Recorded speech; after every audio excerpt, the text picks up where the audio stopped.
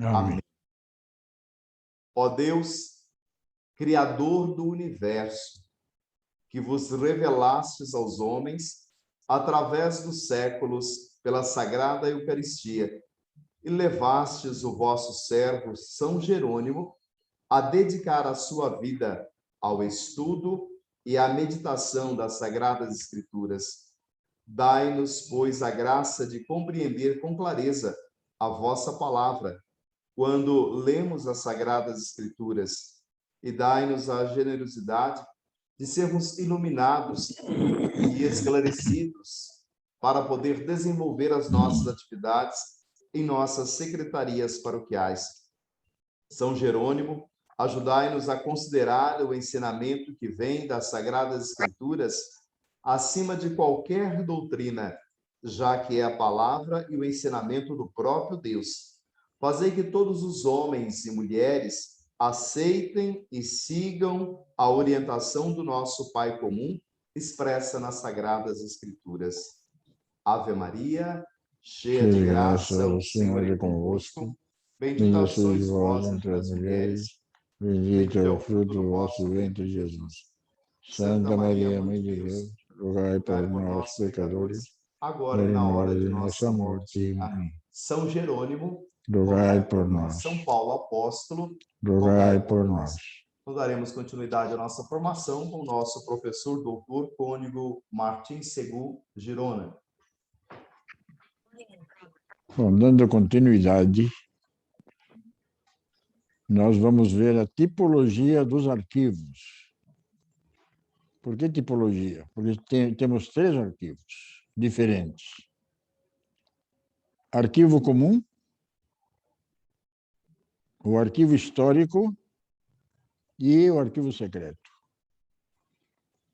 Alguém pode perguntar por que arquivo secreto? Para zelar pela fama e honra das pessoas. A igreja é uma sociedade perfeita, mas está dentro de uma sociedade civil também perfeita. A sociedade civil tem suas leis. A igreja também tem suas leis, independentemente. A grande finalidade da igreja é a salvação das almas. Portanto, último cano, e cano significa régua, direção, linha reta, é a salvação das almas. O Código Latino abrange muitos continentes e abrange muita gente. Claro que, por uma sociedade, pode ser que uma idade de 14 para a mulher e 16 para o homem para casamento seja um absurdo, porque são 2 adolescentes. Mas em certos lugares isso aqui é regra. Nossa, estou cedo. Mas são menores de idade. Às vezes a legislação civil não permite de que um menor de idade case, a não ser com consentimento dos pais e uma porção de coisas. Suponha que os pais não querem, mas os dois aí estão apaixonados e querem se casar de qualquer jeito. Então, irão à igreja e o bispo que vai dar licença ou não para que esse casamento seja feito. A menina está com 14 anos, o menino está com 16 anos. Portanto, 2 adolescentes. Mas, se não não consentirem, eles vão viver de que maneira? Então, a igreja secretamente permite que haja casamento. E todos os que participam desse evento são obrigados ao sigilo, ao segredo. Por isso, chama-se casamento secreto. E o legislador permite no cano 1133, visando quem? Visando a salvação desses 2, que são 2 adolescentes. Pode ser que sejam até maduros, mas está difícil com 14 e 16 anos sendo maduros. Portanto, tem um arquivo secreto. Existe muito escândalo também que tem que ser camuflado. Camuflado. É visto, é punido, mas se for propalado, isso aqui vai ser um escândalo total e absoluto para a comunidade, que não está preparada para.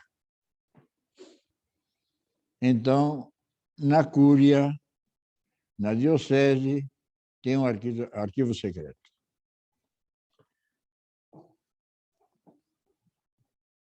Por isso que o legislador vai dizer, no cânon 489, haja também na cúria diocesana um arquivo secreto. Mas na paróquia também pode haver um arquivo secreto. Justamente se acontecer um casamento desses, de dois adolescentes, contra tudo e contra todos, mas tem direito a. Tem direito a. Por isso que a igreja faz. Portanto, o legislador vai dizer o seguinte: haja também na cúria diocesana um arquivo secreto. Ou pelo menos haja no arquivo comum, porque não temos arquivo comum, temos arquivo histórico e arquivo secreto. 3 espécies de arquivos. O que vai no histórico? Pode ir fotografia, eventos, a história da paróquia, planta da paróquia, construção, sei lá, quermesse. Então, um monte de coisas aqui pode ir no histórico. Age também na cúria diocesana, então age também na paróquia, um arquivo secreto. Se houver casamento desse modo que eu acabei de falar. Ou pelo menos haja no arquivo comum, portanto, olha aqui, arquivo comum, um armário ou cofre, inteiramente fechado à chave, que não possa ser removido do lugar. Nele sejam guardados, com a máxima cautela, os documentos que devem ser conservados em segredo.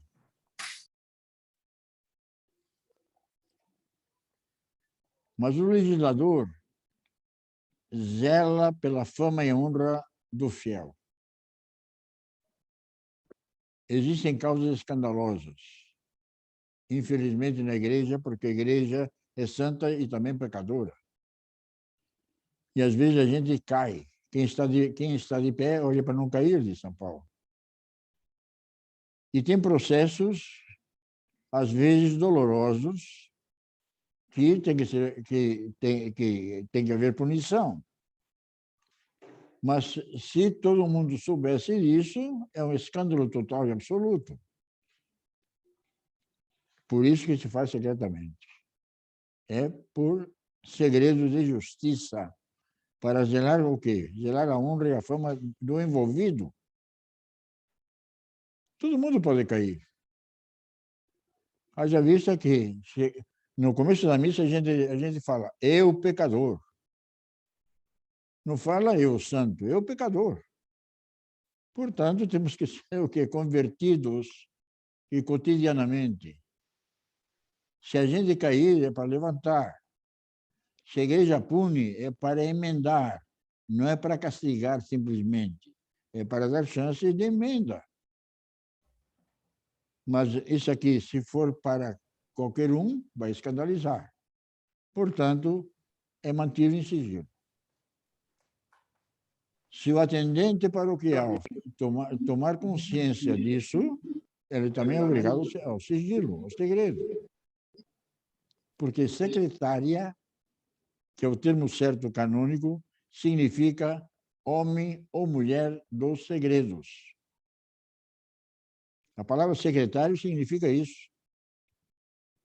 É o homem que tem segredo, a mulher que tem segredo. O atendente paroquial tem que manter o sigilo, o segredo.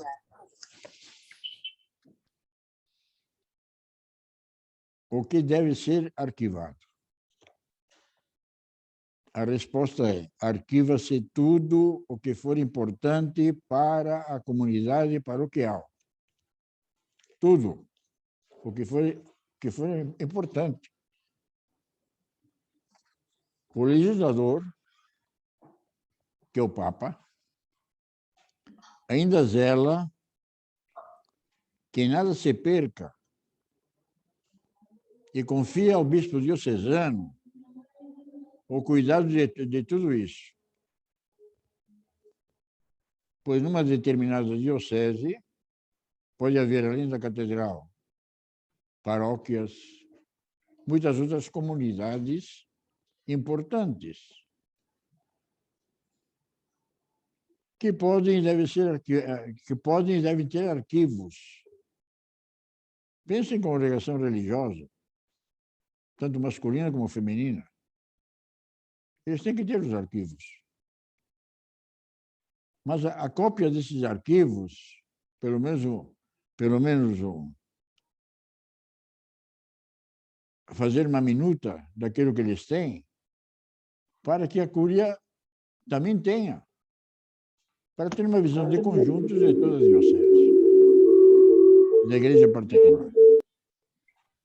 Por isso que o legislador tem o cuidado de chamar a atenção através de uma advertência que, sendo adaptada para a nossa realidade paroquial,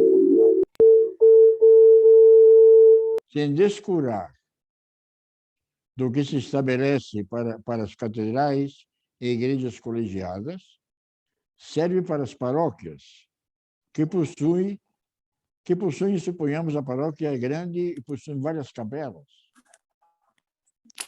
Possui capelas porque ainda não tem capacidade de ser paróquia. Mas nessas capelas pode ser que exista registro de batismo, que exista batizado, que exista casamento, que exista uma porção de coisas sacramentais que têm que ser conservadas. Então, se registra onde? Na paróquia. Mas suponha que essa comunidade cresça, se desenvolva e seja constituída a paróquia. Então, tudo aquilo que é dela é necessário que seja transferido para o arquivo dela. Beneficiando quem? Os fiéis. De tudo que até aqui foi exposto, podemos concluir, sem medo de errar, que tanto nas linhas como nas entrelinhas, o legislador atribui a devida importância aos arquivos diocesanos, mas com a devida exegese hermenêutica, portanto, interpretando bem a mente do legislador, a gente chega ao específico, ao pequeno, que é a paróquia. A paróquia é uma pequena parte de uma diocese, mas é importante, tanto quanto o conjunto das paróquias que formam a diocese. Então, é bom que essa paróquia arquive a sua caminhada, os seus acontecimentos, aquilo que acontece nessa comunidade paroquial, porque estão fazendo história. É uma história viva, que vai ser conservada, que vai ser depois alimentada pelos que vêm atrás. Por isso que no cano 491, o legislador vai dizer o seguinte: o bispo diocesano cuide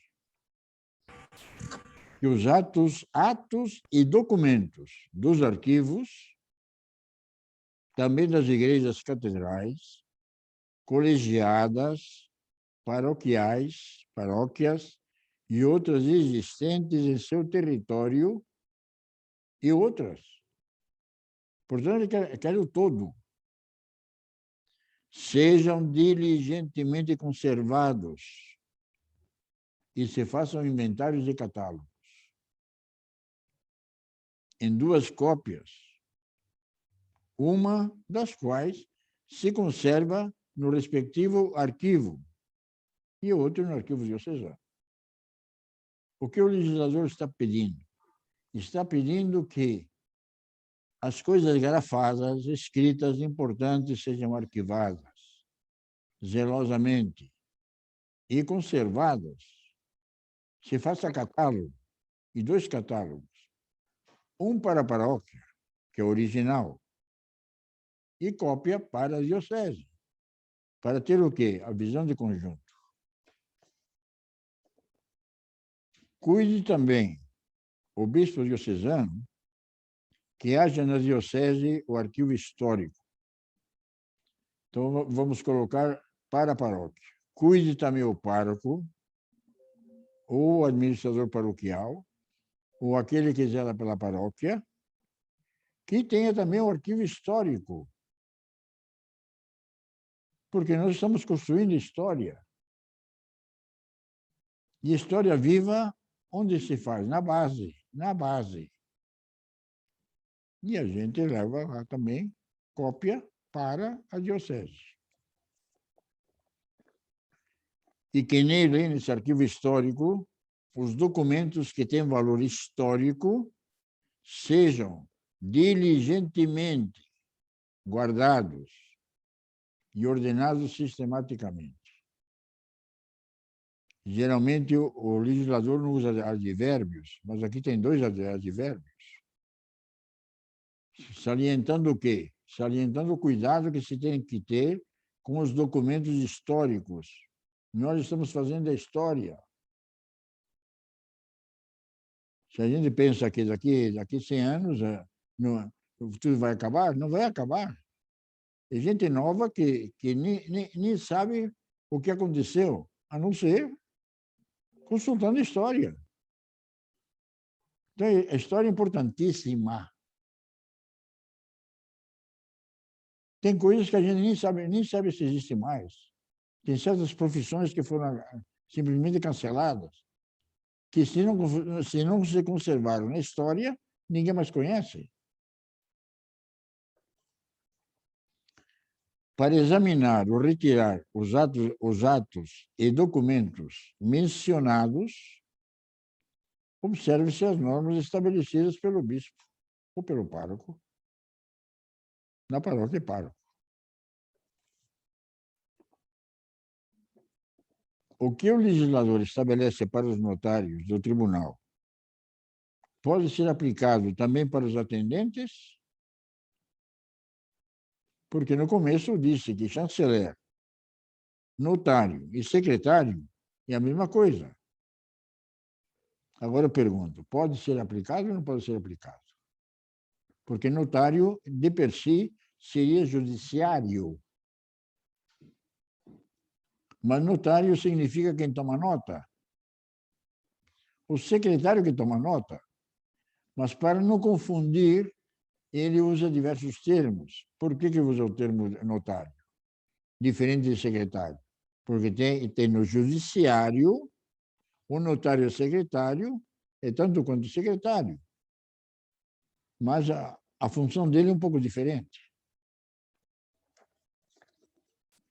O que o legislador estabeleceu, o que o Papa estabelece para os notários do tribunal, aplica-se total e integralmente para os atendentes paroquiais.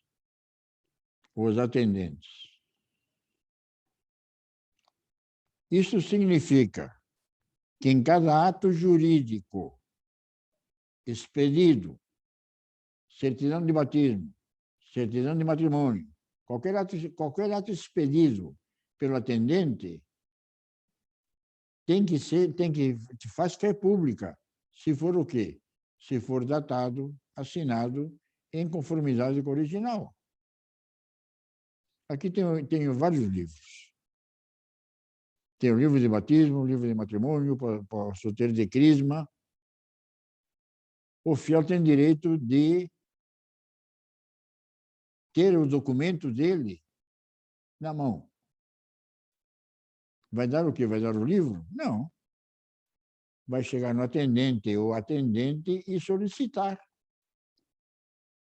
Então, esse ato jurídico que o atendente está fazendo faz fé pública se for datado, carimbado e conforme o original.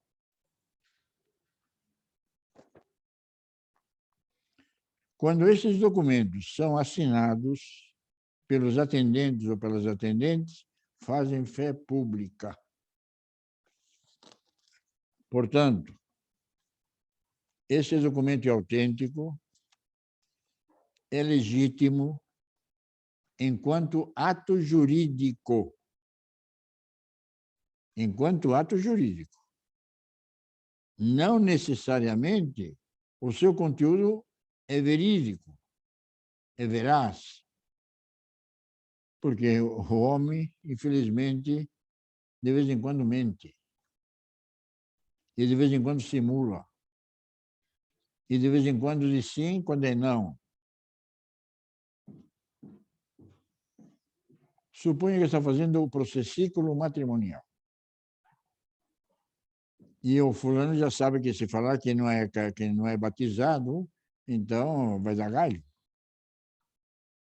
Porque a comadre já falou para ele, você não pega, tem que batizar. Ele chega e jura falsamente, já jurou falsamente, porque é sobre juramento.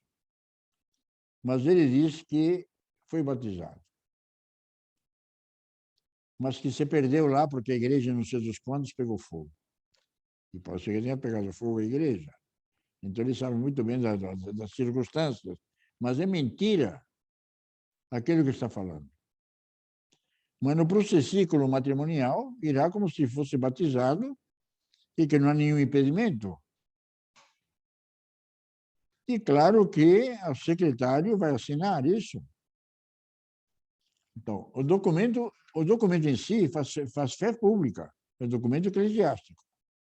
O conteúdo é falso, é mentiroso. Portanto, quer dizer, o atendente não se responsabiliza pelo conteúdo do documento emitido se for registrado.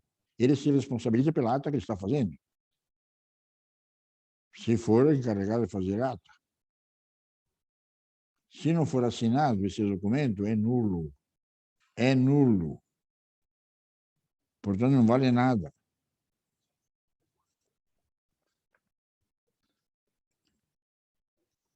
Em cada ato, então, no cano, o legislador coloca o cano 1437. Em cada ato jurídico paroquial, em lugar de processo, o atendente ou atendente, de tal modo que se considerem nulos os atos que não forem assinados. Por quem? Por ele. Da importância do atendente. A importância do atendente ou da atendente. Mas ninguém nasce sabendo. Então é necessário preparação. É necessário que estudo o que estão fazendo agora. Ninguém nasce sabendo. Os autos redigidos pelo atendente fazem fé pública. Por quê? Ele certamente tem o carimbo da paróquia, ele vai assinar como atendente paroquial ou como secretário, porque canonicamente é secretário ou secretária, e vai datar. Então, esse documento é um documento legítimo, é um documento eclesiástico.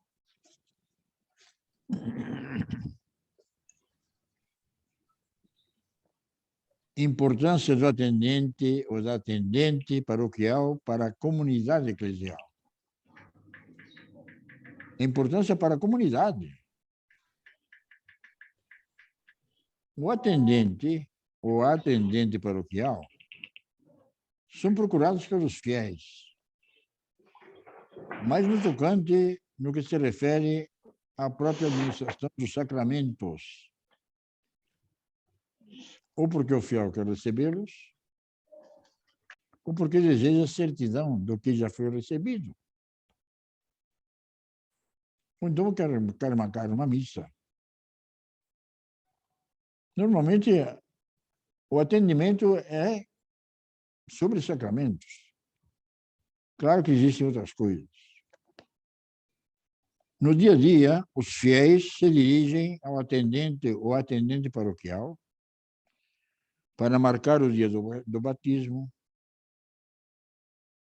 saber o que se deve fazer para poder ser batizado.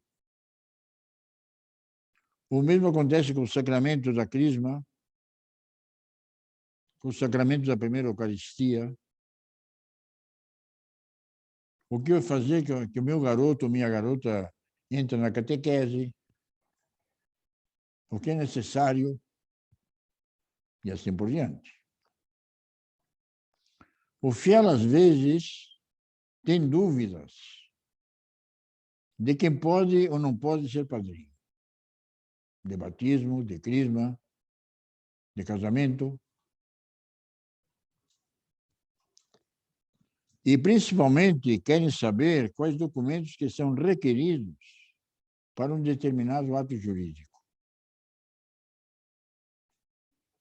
Além disso, o fiel deseja, de vez em quando, encomendar e marcar santas missas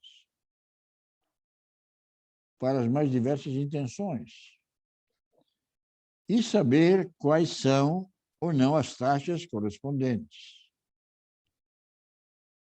Às vezes, o fiel vem solicitar a visita do agente de pastoral para benzer a casa, para benzer seu carro, para benzer sua oficina, seu consultório, seu escritório, etc., etc.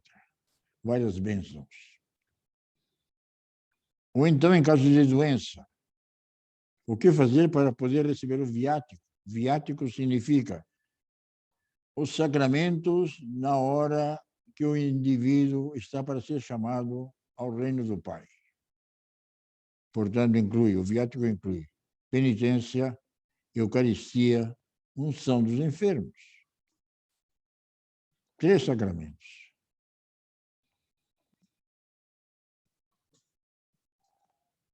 E em caso de morte, vem pedir que se encomende o corpo, que tem direito a. O defunto era católico, a família católica, eles querem que seja feito um ritual católico para aquele que partiu. Vai consultar quem? Geralmente o atendente paroquial. Portanto, o cartão de visita de uma paróquia é o atendente ou atendente. Se ele ou ela for bem preparado, é o cartão de visita. Porque tem muita gente mal criada que chega lá enfurecida e vai xingando e não sei mais o quê. Mas você pode desarmá-lo com um sorriso e dizer o que o senhor quer, o que a senhora quer, por favor, tá? Se acalme, tá? Quer tomar um copo de água? Sei lá, um café, não sei se tem café, mas se tiver café, oferece café, um copo de água, e desmontou. Desmontou. Pode-se ver e constatar que trabalho não falta. E tudo que até aqui foi elencado, declinado, é importante para o atendimento paroquial. Portanto, esse povo de Deus que está na sua paróquia merece ser bem tratado. E quem vai tratá-lo? Geralmente o atendente, mais do que o pároco. Porque o pároco tem outros problemas. De vez em quando não pode ficar o dia inteiro na sacristia atendendo, na secretaria atendendo. Mas o atendente fica 8 horas, geralmente. Porque está registrado em carteira 8 horas. É um serviço chato? Depende do atendente ou da atendente. Se você virar rotina, vai ser chatíssimo. Mas se você pensar que hoje, no dia 16 de agosto, às 10 horas da manhã, que não aconteceu ainda, nunca esteve na secretaria, a coisa, você encontra novidade. E fica diferente.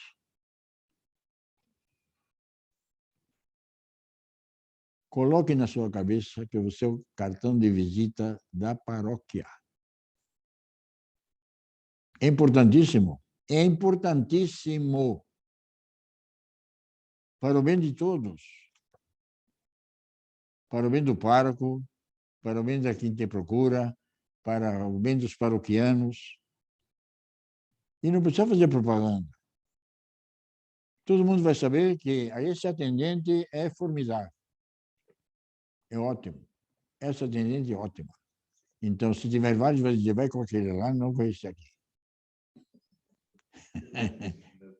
Então, todo mundo pode ser bom. Todo mundo quer ser bem tratado. Haja vista, pega um animal, por exemplo.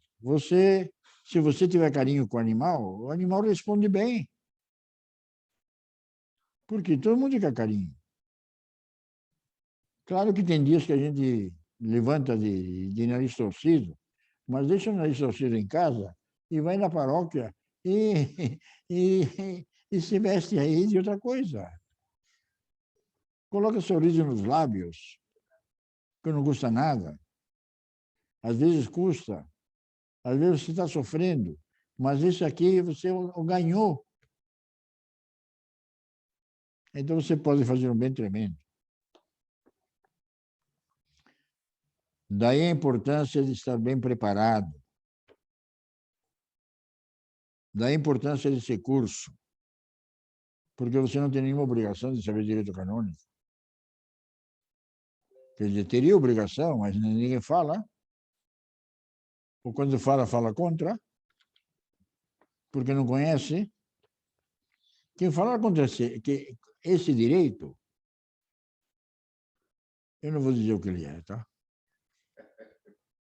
Porque esse direito aqui é completamente diferente do direito de 17. Isso aqui é Concílio Vaticano II. Quem é adepto do Concílio Vaticano II gosta desse código. Porque esse código traduziu o Vaticano II em réguas. Porque cano significa régua. Significa direção, mas uma direção que é auxiliada por uma régua. Você quer fazer uma linha reta, você tem que se auxiliar com uma régua. O cano te auxilia, o direito te auxilia, o direito te protege. O direito, não a lei, o direito. Há uma grande diferença entre direito e lei. Eu estou louco para pegar um bombom. Está embrulhado. Tá? Papel muito bonito. Por dentro é farinha. Você vai ficar louco da vida. Por quê? Porque você foi enganado. A lei é assim, a lei é muito bonita, a lei. Mas o que tem dentro da lei? O que tem dentro da lei te liberta. O que tem na periferia da lei não liberta, não. Ou alguém conserva o papel do bombom que ele comeu. Se for colecionador, pode ser que conserve, mas geralmente vai para o lixo. Portanto, eu não vou cansar de falar da importância do atendente paroquial. Os atendentes paroquial. Importância. É uma pessoa importante. Embora muita gente pense que não é nada, não. É importante.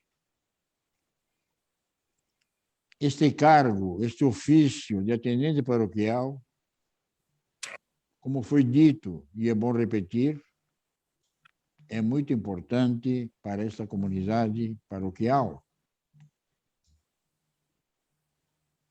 Para o bom desempenho de uma comunidade paroquial, mas nem sempre é fácil de ser exercido. Mas o atendente é importantíssimo para o desempenho dessa comunidade. Mas para alcançar esse objetivo, requer-se preparação. Pelo simples fato que ninguém no mundo nasce sabendo. O aprendizado faz parte de nossa caminhada histórica. Sendo o que mais sobressai no atendimento paroquial são os sacramentos, pelo menos na minha pesquisa deu isso, e como pároco que eu fui era isso, era mais sacramentos do que outra coisa. Por isso optei por explicar os conteúdos do livro 4 desse código, do Código Latino. Mesmo que o Código Oriental seja tão importante quanto, eu não vou tratar de Código Oriental. Limitar-me-ei aos sacramentos, mesmo sabendo da importância do livro 3º, que é o mundo de ensinar, a obrigação de ensinar, de aprender, de viver a palavra de Deus. O livro 3º. Mas eu vou prescindir. Não é que não seja importantíssimo, é. E a palavra de Deus então é super importante. Mas como o dia a dia do atendente geralmente é sacramento, é marcar missa, é batizado, é crisma, é eucaristia, é unção, é matrimônio. Então são os sacramentos. Eu pretendo explicar os sacramentos. Se estiver errado, reclame, por favor, que a gente muda. É bom não esquecer. E por isso mesmo saber e recordar sempre que a Igreja de Deus, a qual pertencemos, existe por causa da palavra. Em grego, logos, em latim, verbo. Se pegar o prólogo do Evangelho de São João, vai dizer que no princípio era o verbo, era a palavra, era o logos, enarqué. Em grego é enarqué, logos. No princípio havia a palavra. A palavra era Deus e é Deus. A palavra. Portanto, a palavra é importantíssima. A palavra que nos comunicamos, com a palavra a gente ergue alguém ou destrói alguém. O que a gente faz em terapia? É falar. Chama-se catarse, porque é uma palavra bonita, né? Faz catarse. Desabafa. Em lugar de falar desabafa, que todo mundo entende, não. É catarse. Que assim ninguém entende. Tá bom? Mas é a palavra. Portanto, isso aqui é importantíssimo? É. Mas eu vou prescindir, porque senão eu tenho que fazer todo um tratado sobre o ensino. Mas não é que não seja importante, hein? Portanto, os sinais eficazes da graça são os sacramentos. Quantas vezes no tribunal a gente perguntou para o fulano que queria cancelar o seu casamento? Sacramento? Sacramento? O que é sacramento? Como é que é? Aprendeu alguma coisa ou não aprendeu nada? Porque, afinal de contas, recebeu um sacramento, foi lá dizer que o sacramento dele não tinha valido, não era válido. E a gente pergunta, o que é sacramento? O fulano não sabe o que é sacramento. Mas nós temos necessidade de saber o que é sacramento. Sacramento é sinal eficaz de graça. Portanto, sinal significa o quê? Significa que existe alguma coisa visível. Pense no batismo. Vai ter água e vai ter palavra.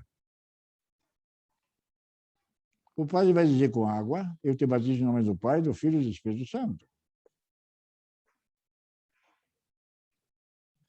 Em qualquer sacramento tem sinal. Pense no crisma. Vai ter óleo. Muito bem, mas esse óleo, em casa também tem óleo também para cozinhar, etc. e tal, mas esse é sagrado. Portanto, tem sinal, mas um sinal eficaz. Eficaz de quê? De graça.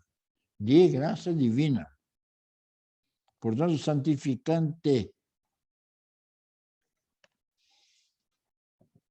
Agora, para a recepção de um sacramento, é necessário que haja uma preparação adequada. E essa preparação adequada vem pela palavra de Deus. Portanto, importantíssima palavra, importantíssima. A fé é importantíssima que vem por onde? Pela palavra. Paulo vai dizer que se não há quem pregue, como que vai ter fé? Se não há quem anuncie a palavra, como é que vai acreditar? Então, a palavra é importantíssima. Mas eu vou supor que o atendente paroquial e o atendente paroquial sejam craques em palavra de Deus. E conheçam bem a palavra de Deus. Por causa da palavra, o fiel, movido pela fé e pela encarnação dessa palavra de Deus, almeja receber o sacramento. O sinal eficaz de graça. Ou porque está arrependido por aquilo que fez, então é penitência, ou porque quer que o filho dele seja católico, apostólico, romano e quer o batismo, ou porque ele, acreditando em Deus e acreditando no sacramento para se santificar, ele quer o matrimônio, que por causa disso o homem deixa pai e mãe e unir-se à sua mulher, e os dois serão uma só carne, e o amor que os conduz, portanto, o sacramento do matrimônio são três, não são apenas dois, são três. São homem, mulher e amor. E Deus é amor. Deus é o amor. E, portanto, esses ali se santificam. Quem recebe sacramento é para ser santo.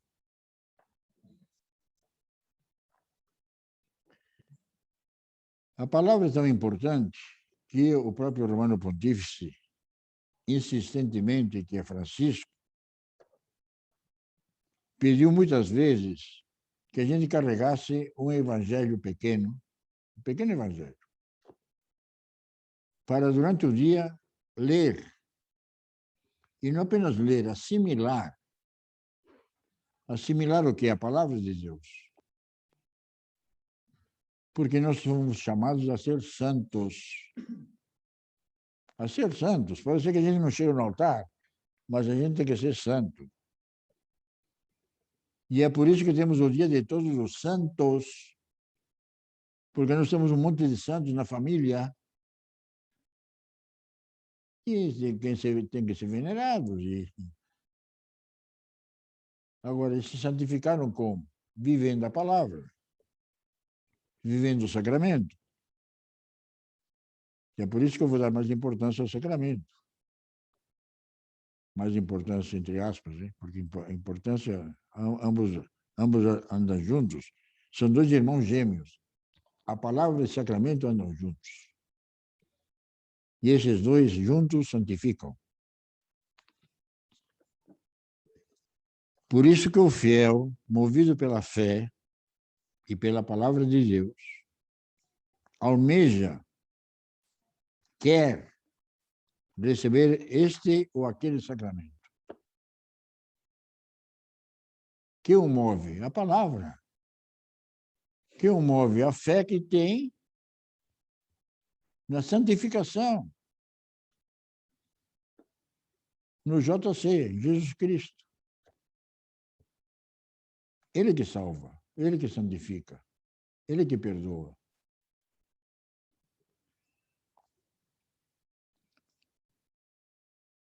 Ao vivenciar a palavra, a encarnamos. Ao encarnar a palavra, nos transformamos em mártires. No grego, martiria significa testemunha.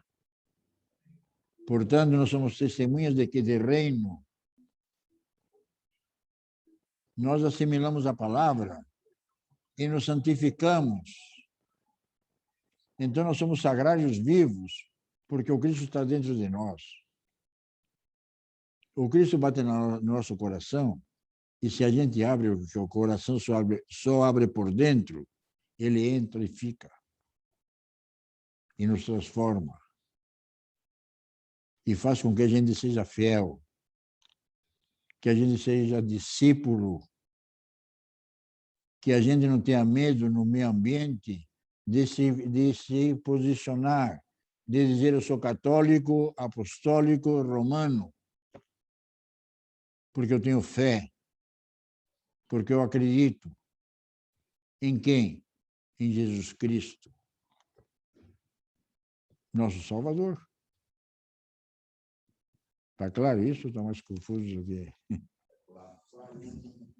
Está clarinho? Bem claro. Portanto, tudo isso é apresentado onde? No livro 4. E é por isso que eu optei pelo livro 4. Porque o livro 4 trata de cada um dos sacramentos. Embora tenha 3 partes, o livro 4 tem 3 partes. Mas eu vou seguir mais ou menos aquilo que o legislador apresentou e vou dizer os porquês. O livro 4 tem título Domunus, portanto, a obrigação de santificar. A igreja tem a obrigação de santificar, de nos tornar santos, de nos fazer santos. O Papa, o legislador, o Romano Pontífice, o autor desse livro, do Código, inicia o Tratado dos Sacramentos dizendo o como a Igreja desempenha este mundo de santificar. De que maneira a Igreja santifica? Mostra e evidencia que o próprio rito litúrgico deve ser tido e havido como o exercício do sacerdócio do próprio Jesus Cristo. Vou repetir isso. O rito litúrgico. O rito litúrgico. Rito é uma maneira de proceder, de se fazer a coisa, de elaborar o sacramento. Então, o rito litúrgico deve ser tido e havido como o exercício do sacerdócio do próprio Cristo. E como é que eu sei disso? Porque o legislador está dizendo isso. Aqui está dizendo isso. O Concílio Vaticano II falou isso. Onde? Na Sacrosanto Concílio. O primeiro documento emanado pelo Concílio Vaticano II foi a Constituição sobre a Liturgia. Porque a gente está acostumado com ritos e com parafernália. Então, muito bem. Então, vamos lá. Vamos partir daquilo que o homem gosta de fazer, né?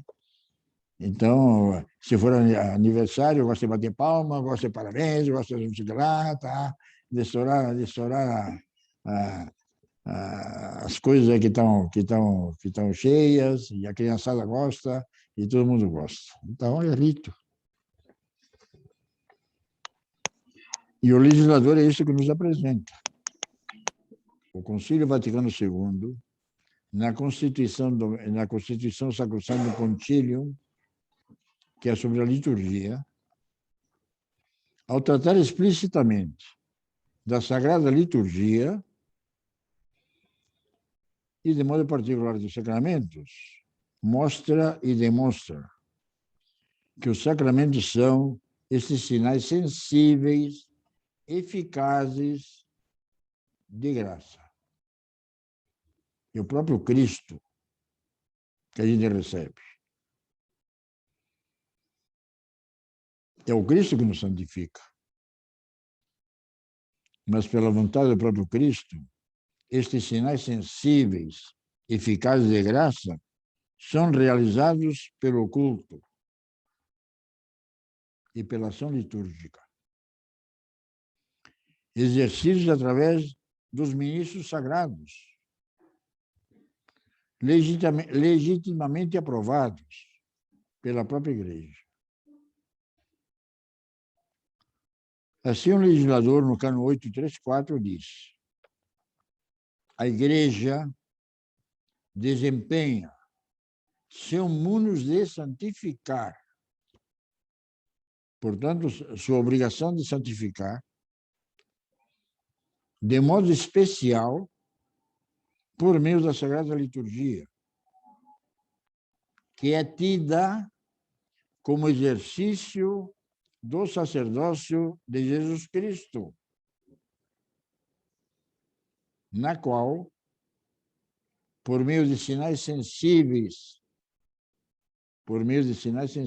sacramentos, é significada. E, segundo o modo próprio de cada um, é realizada a santificação dos homens.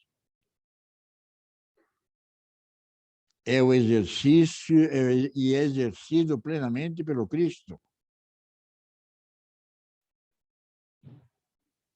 Portanto, está claríssimo isso aí. Isto é pela cabeça. E nós somos membros. Mas nossa cabeça é Cristo. O culto público de Deus. Olha quanta coisa importante que tem aqui. Nos santifica através do quê? Do culto, do rito, da liturgia, da importância. Esse culto se realiza quando é exercido em nome da Igreja, por pessoas legitimamente a isso destinadas. Por que disse pessoas legitimamente destinadas? Porque tem ministros extraordinários. Tem ministros extraordinários de batismo. Portanto, aquele leigo lá que batizou meu filho, valeu o batismo? Claro que valeu. Claro. Tem leigo como ministro extraordinário de casamento. Portanto, ele tem apenas a função de receber o consentimento em nome da Igreja, porque no matrimônio os ministros são os próprios cônjuges, no latino. Hein? No oriental, não. No oriental, é o presbítero. Mas o latino, que coloca os dois como ministros do próprio sacramento, que é o matrimônio, em nome de Cristo, pode ter um leigo que receba, está preparado, receba o consentimento. Daí pode surgir na mente do atendente e do ouvinte a primeira questão a respeito de quem exerce este munus de santificar. Quem exerce? Qualquer um pode desempenhá-lo? Ou há uma hierarquia, ou escala de valores que deve ser seguida? A resposta certa é que há uma hierarquia no exercício do munus de santificar. Uns têm mais responsabilidade que outros, mas todo mundo tem responsabilidade. Por isso, ao seguir esta hierarquia canônica, deparamos-nos que os primeiros santificadores, por vontade explícita do fundador da Igreja, são os bispos, por serem os principais dispensadores dos mistérios de Deus. Os bispos têm a incumbência de dirigir e promover o bem comum dos fiéis,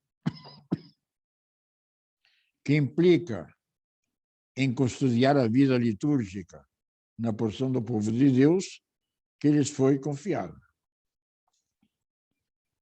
Nesta hierarquia, nessa escadinha, nessa graduação, aparecem em segundo lugar os presbíteros, que ao participarem do sacerdócio ministerial de Cristo, foram consagrados para serem seus ministros e celebrarem, sob a autoridade do bispo, o culto, e por isso mesmo santificar o povo de Deus, que lhes é confiado. Há ainda os que podem participar do culto divino, que são os diáconos. E os fiéis, onde ficam? Os fiéis também participam. E se pegar os documentos do concílio, tem vários documentos específicos para os fiéis. Apostolicum Curiositatem, Ad Gentes, Constituição Dogmática, Lumen Gentium, Constituição Pastoral, Gaudium et Spes, mostrando que a vocação específica do leigo é no mundo, é debelar as injustiças existentes. O fiel leigo chega a lugares que nós não conseguimos chegar de jeito nenhum. Mas o leigo chega. Então o leigo não foi esquecido, de jeito nenhum. Embora os primeiros responsáveis sejam os bispos, o leigo também é responsável.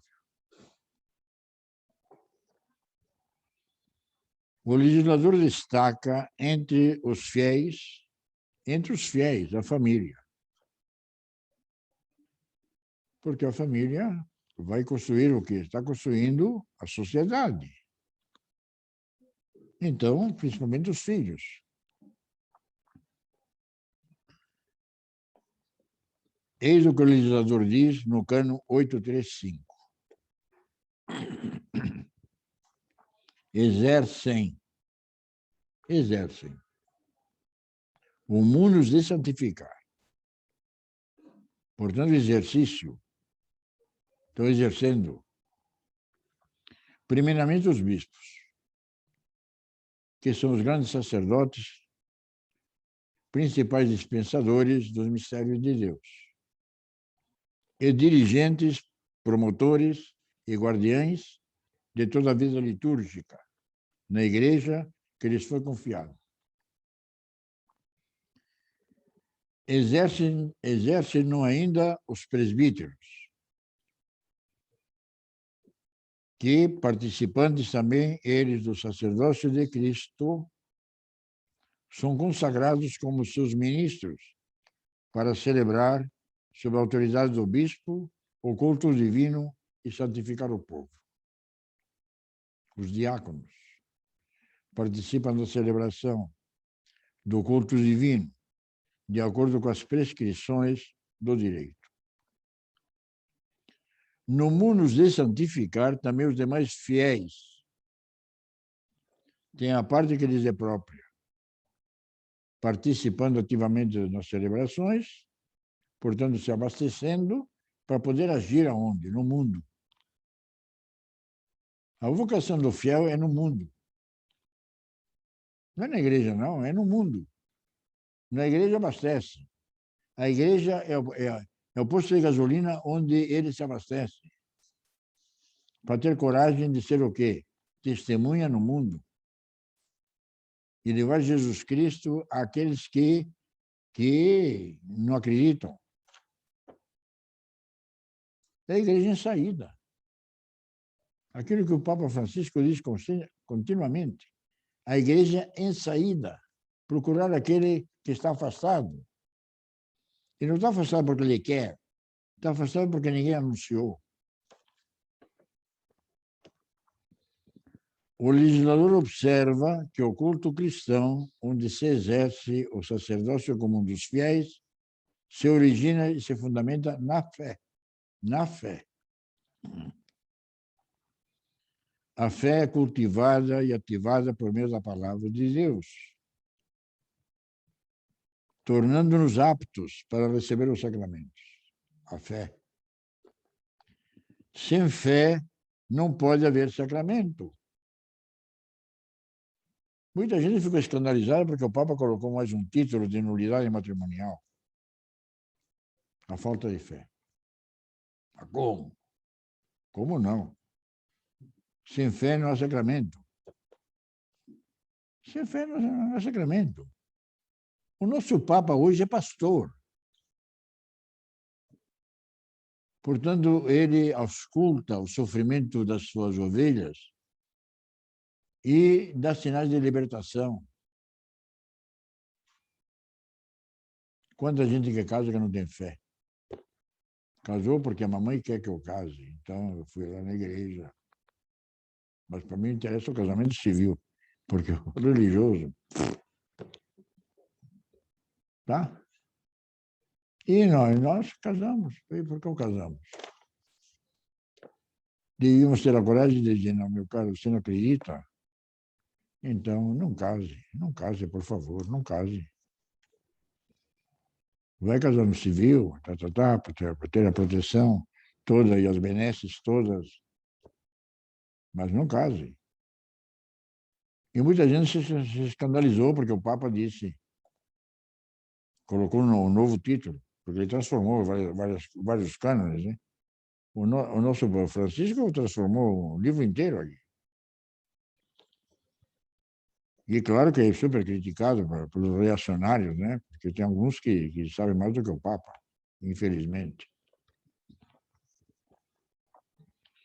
Por isso que o Romano Pontífice Francisco acrescentou mais um título que pode ser causa de nulidade matrimonial. Portanto, causa de acabar com o sacramento, que não houve. Aparentemente houve sinal eficaz de graça, aparentemente, mas não houve. Faltou o quê? Faltou a crença, faltou a fé, faltou acreditar naquilo.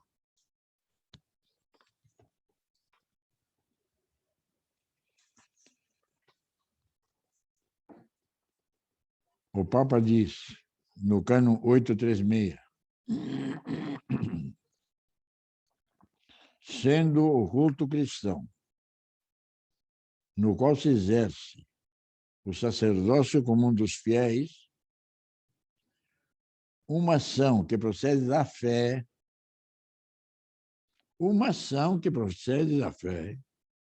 e nela se apoia, os ministros sagrados procurem diligentemente avivá-la, esclarecê-la, especialmente pelo ministério da palavra, com o qual a fé nasce e se alimenta.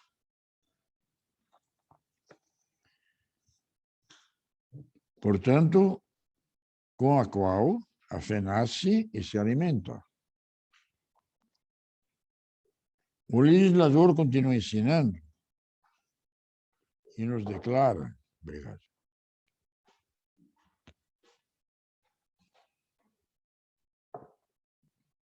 que as ações litúrgicas são as celebrações da própria igreja. Pois ela é também sinal sensível e eficaz de graça. Por isso que a igreja, no Concílio Vaticano II, foi e é qualificada de sacramento da unidade. Basta ler a Lumen Gentium. Portanto, o Concílio Vaticano II salientou e provou que a igreja é sinal de comunhão e nunca de dispersão. São 3 notas características da igreja que qualquer cristão tem que ter e qualquer atendente tem que cultivá-las. Aparentemente são palavras gregas, mas muito ricas. Koinonia vem de oikos, de casa. Oikos é casa em grego. A koinonia significa a família reunida. A família reunida que se entende. Então, a família congregada, pelo bem comum dela própria. Uns precisam dos outros. O paterfamília já foi embora faz muito tempo, do regime patriarcal. Agora a coisa é que cada um tem sua inteligência, a sua vontade e coparticipa. Isso aqui chama-se comunhão, chama-se koinonia, em grego. Quem faz koinonia, quem agrega, também é capaz de ser testemunha, porque está agregando. Por que está agregando? Eu estou agregando porque acredito em Jesus Cristo, que me pediu de que eu seja um fiel seguidor dele. Amai-vos uns aos outros, e nisto conhecerão que sois meus discípulos. Portanto, é o amor. Mas o que é o amor? Deus é amor, então não dá para ser definido. Mas Paulo tentou definir. Se pegar 1 Coríntios, capítulo 13, Paulo vai dizer o que é amor. A descrição do amor. O amor é benévolo, o amor é benigno, o amor não julga mal, o amor tudo crê, tudo suporta, tudo. O amor é capaz de conviver com aquele que te quer mal. Mas eu quero bem a ele. Então, isso aqui chama-se martiria, é o martírio, é a testemunha, é o mártir. É o sofredor. Não é corintiano apenas que sofre. Tá bom? É o fiel sofredor, não é? Porque antigamente o sofredor era o corintiano só. Não era? E ele, em vista disso, ele serve. Então, tem 3 coisinhas que o atendente paroquial tem que decorar.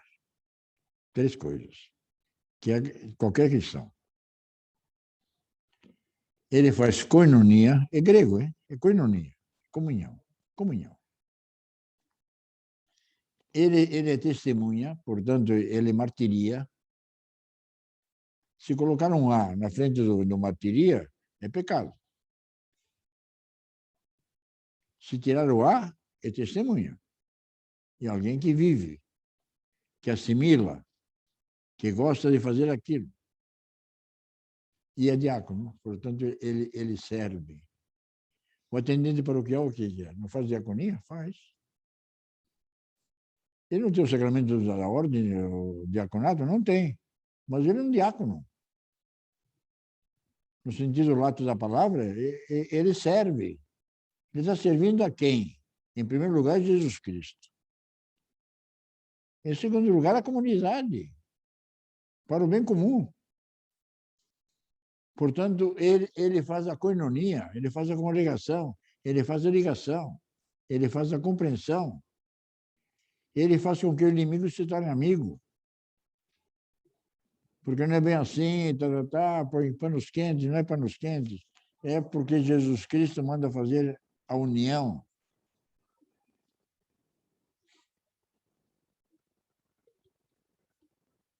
Quanto à comunhão ou à koinonia, o legislador não apenas quer ser claro e explícito, mas o é quando estabelece que o primeiro encarregado de promover esta comunhão dos fiéis, pelo próprio ofício, é quem mais enxerga, que o episcopem é o bispo. Mas o bispo não está nas paróquias todas. O bispo delega gente que esteja na paróquia. Portanto, o segundo encarregado, oficialmente, por Cristo, é o pároco, o administrador paroquial. Nisso entra quem? O secretário, a secretária, o atendente. Necessariamente. Então, um bom atendente faz o quê? Ele congrega, ele amortece as críticas, ele atende bem. Para quê? Para que o outro também seja testemunha. Para que o outro entre naquilo que a gente é feliz. Então, o atendente deve ser alguém feliz. Alguém que acredita em Jesus Cristo e, por causa de Jesus Cristo, ele está agindo. Claro que também vai ganhar, porque ninguém trabalha de graça. Nisso aqui trabalha de graça. Nisso aqui não trabalhamos de graça. Antigamente trabalhava, agora de vez em quando faz greve e para e acabou. E aí que toca a pilha, porque senão não vai funcionar mais. Quanto à comunhão ou koinonia, o legislador não apenas quer ser claro e explícito, mas o é quando estabelece que o primeiro é o bispo, o segundo o pároco. Mas e o povo? O povo também. Porque o fiel batizado, ele recebeu de Jesus Cristo o mandato. E se alguém duvidar, pega Mateus 25. No juízo final não vai perguntar se é bispo, se é padre, se é diácono. Vai ter dizer, escuta, olha, eu era aquele lá que você matou a fome, que você matou a sede, eu era aquele que você vestiu, eu era aquele... Mas como? Como eu era aquele? É. Aquele que estava lá na rua, lá jogado, que ninguém deu importância nenhuma, era eu. Mas quando, senhor? Ah, toda vez que fizeram a um deles, fez a mim. A mim. Não perguntou se era católico, apostólico romano, não perguntou se era branco, se era preto, se era amarelo, se era azul, se era homem, se era mulher. Não, todo mundo igual. Todo mundo igual. Então, a coinonia faz com que nós sejamos irmãos. Mas não irmão Caim e Abel, que um tinha inveja do outro, não.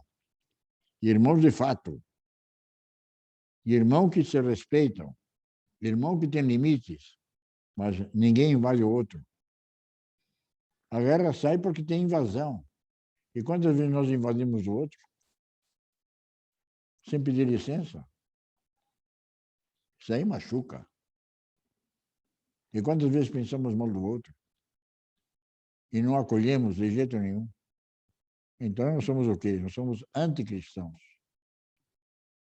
Anticristãos. Porque o Cristo não quer isso, não.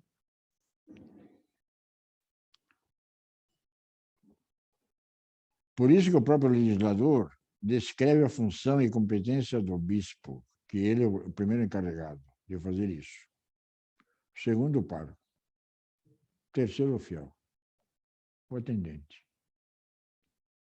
E o atendente muitas vezes faz mais do que o pároco. Porque ele cotidianamente está lá. E 8 horas por dia. Então, o trabalho é muito, é muito, é muito. E é por isso que tem que ser recompensado. E é por isso que é importante a função dele. Embora ninguém pare para pensar, mas é isso aí. Se nós pararmos para pensar, o atendente é importantíssimo em tudo. E trabalho não falta.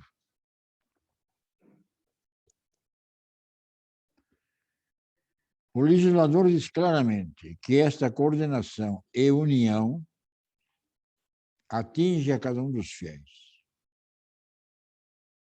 mas de modos diferentes, de acordo com a diversidade de ordens, de encargos, de participação.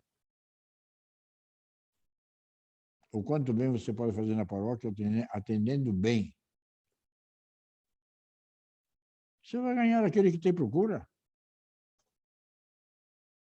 E vai fazer propaganda tua. O mais interessado é você mesmo. Porque se é um cargo instável, fica estável. Porque o povão vai dizer, não, eu quero o fulano de tal, que me trata muito bem, ou a fulana de tal, que me trata muito bem. Fiquei admirado cada vez que eu fui lá, fui bem acolhido. É muito gentil. Então, são elogios próprios do cargo. E claro que você pode fazer um bem tremendo. E faz um bem tremendo. Porque você fica a visibilidade da própria doutrina. O amai-vos uns aos outros significa o quê? Que nisto conhecerão que sois meus discípulos. Se. Duas letrinhas. Incômodas para burro. Se. Portanto, não é certo. É certo se você ama. Se você não ama, meu caro, vai mal. Ou minha cara.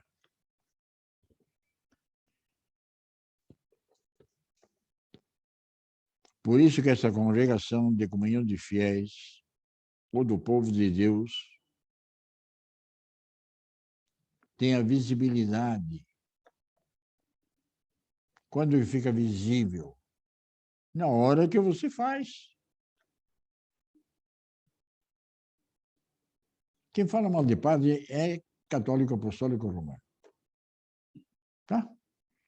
Quem fofoca numa comunidade não é o crente ou aquele que não acredita em nada. É o católico. Você viu? O quê? Oh, no fim dos dias está no inferno. Tá? Porque um tal de falar, quem não pega pela língua, diz Tiago, é perfeito. Por quê? Em psicologia tem um mecanismo chamado projeção. A fofoca significa eu estou projetando em cima do outro aquilo que sou eu. Tá bom? Então, para mim, nada serve. Todo mundo tem defeito. E eu não tenho. Eu sou perfeito. Ah, tá. Ah, tá. Engana que eu gosto. Então, falando bem, você pode fazer um bem tremendo. Porque vai fazer comunhão. Não vai dispersar. Vai atrair. Nós temos que ser ímãos. Atrair, não dispersar. E por que eu faço isso? Com sacrifício? É. Por isso que chama-se em grego martiria, porque é mártir. Não é fácil você acolher aquilo que você não topa. Mas você não topa porque tem o nariz comprido. Você não topa porque no teu passado, quem tinha nariz comprido te castigava. Então você confundiu. Mas simplesmente teve preconceito. Ou então não topa porque é preto, ou branco, ou azul, ou amarelo. E nós vamos pagar caro com isso. Agora, se eu atender todo mundo igual, por mais que me custe, isso aqui é virtude. É fazer aquilo que o Cristo quer. Amai-vos uns aos outros. Campanha de fraternidade xingo.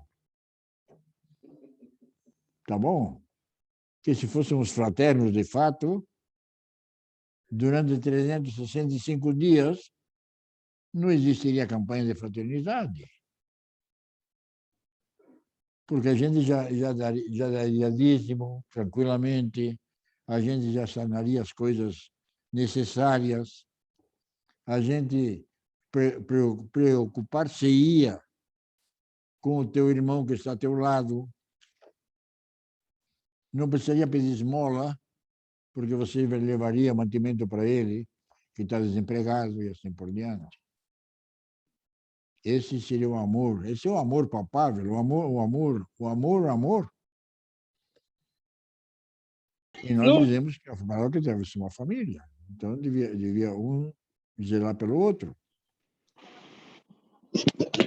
Quem pode fazer essa função? O atendente pode fazer isso muito bem, sem fazer muito alarde, mas pode fazer muito bem.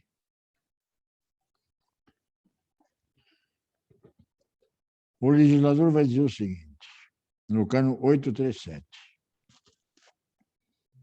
As ações litúrgicas não são ações privadas,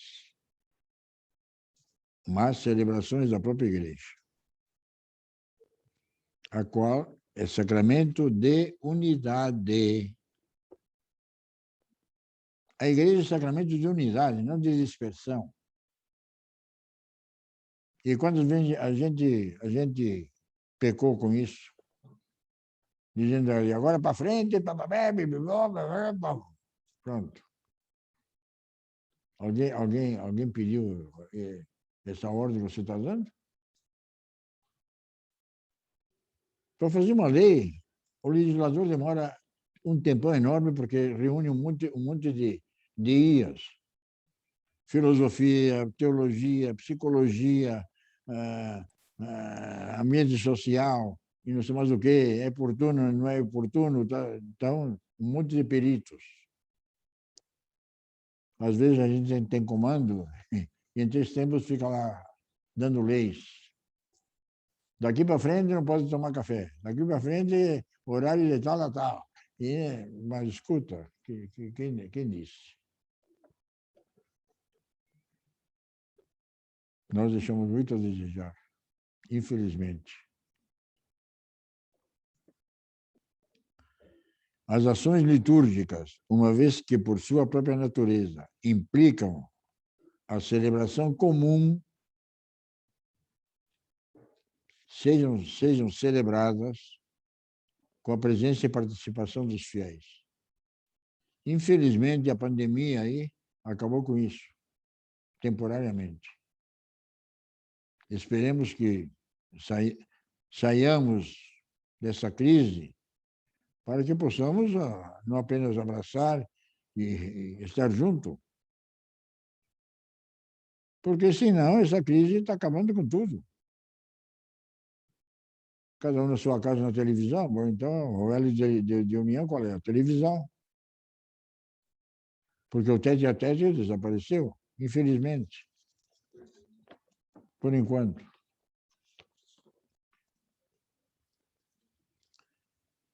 O legislador faz questão de dizer e determinar explicitamente quem deve dirigir a Sagrada Liturgia. É o bispo ou o pároco, ou então o encarregado. Depende. Depende do lugar. Tem lugares aí em Itacoatiara que eu trabalhei e, graças a Deus, que eu leigo que fazia. A gente não tinha. Tínhamos 80 comunidades e éramos 3 padres. Quem dá conta disso? Tem que formar o leigo. Tem que acreditar no leigo. Tem que acreditar que o leigo é fiel. E o leigo é, às vezes, mais instruído que o padre. Por que não? Mas nós somos uma congregação, nós estamos em comunhão, então ninguém se magoa com nada. Eu não fui à farmácia para comprar minha inteligência. Se eu for inteligente, eu tenho que prestar conta da minha inteligência. Preferia ser burro do que muito inteligente, porque você tem que estar a serviço. Caso contrário, vai mal. A direção da Sagrada Liturgia depende de onde? Depende do pontífice. Para pôr ordem na casa, então, todo mundo tem que ser igual. Aqui tem que ter uniformidade. Claro que depois a unidade é diferente. Mas no culto quer uniformidade, sem invenções. Para quê? Para todo mundo ser igual. Nós somos romanos e somos latinos. Muito bem, então o rito é esse. O oriental, o rito dele é aquele lá. Acabou. Cada um respeita aí e cultua o seu. Quem dá as ordens? Aqui. A São Marcou? São Marcou. Para quê? Para pôr ordem na casa. O que a Conferência Episcopal faz? Quanto muito traduzir os livros litúrgicos em vernáculo. Quem vai aprovar a tradução? A Sé Apostólica. Eu estou pifando.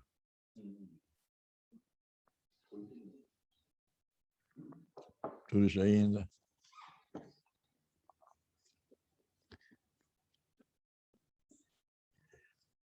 O legislador quer dar uma visão de conjunto e, além dos sinais sensíveis e eficazes da graça, que são os sacramentos,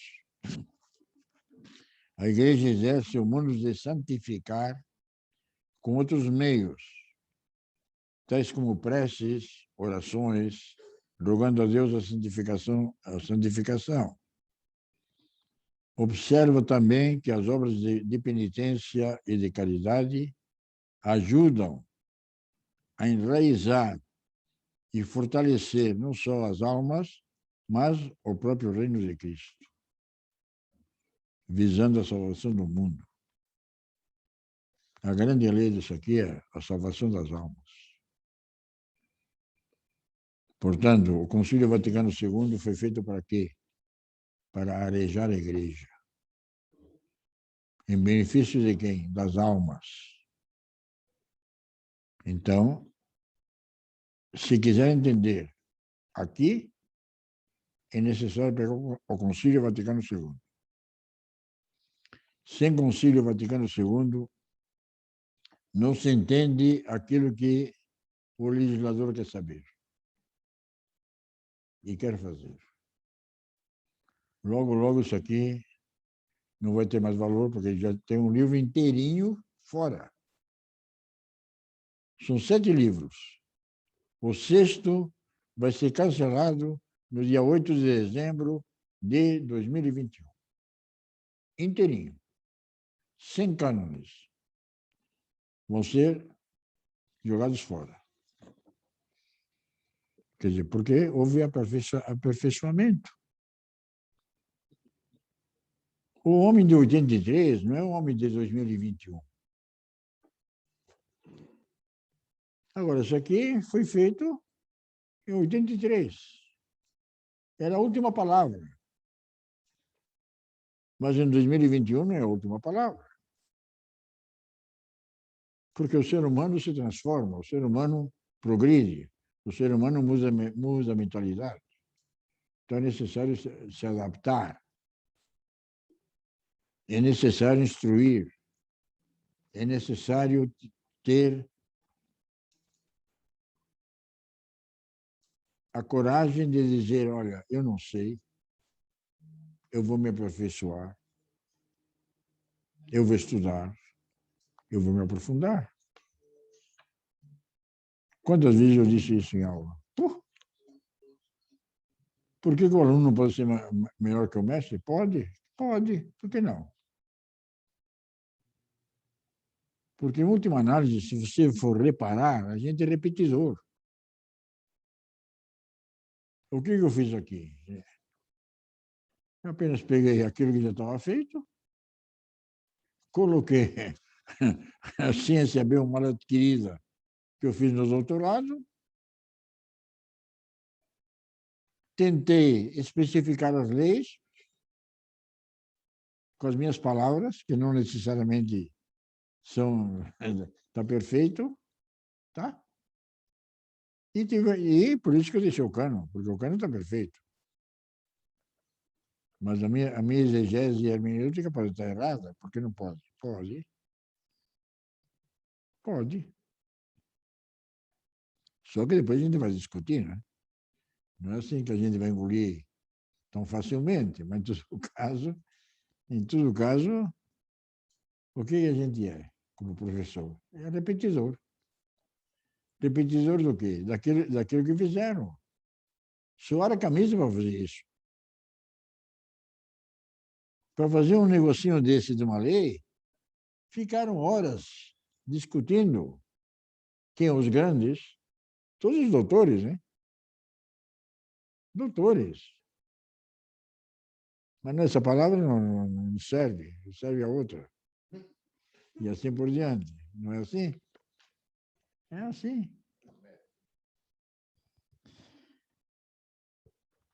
Está claro isso ou não? Porque aqui já pifou, hein? Está claro. Se quiser abrir para perguntas, damos continuidade na próxima. Então, já tem pergunta aí?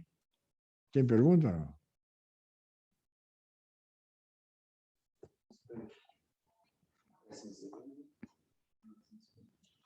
Pode despedir do pessoal até a próxima semana.